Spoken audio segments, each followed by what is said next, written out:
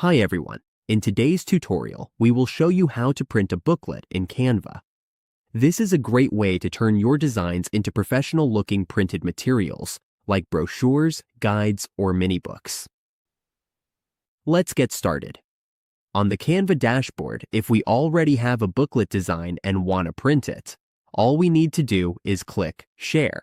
Then go to Download and change the file type to PDF print. Next, click Download. We just need to wait for the file to finish downloading before we can print it from the computer. Once it is done, we can find the PDF in the Downloads folder. Click on it, and then click Print. And that is how we print a booklet in Canva.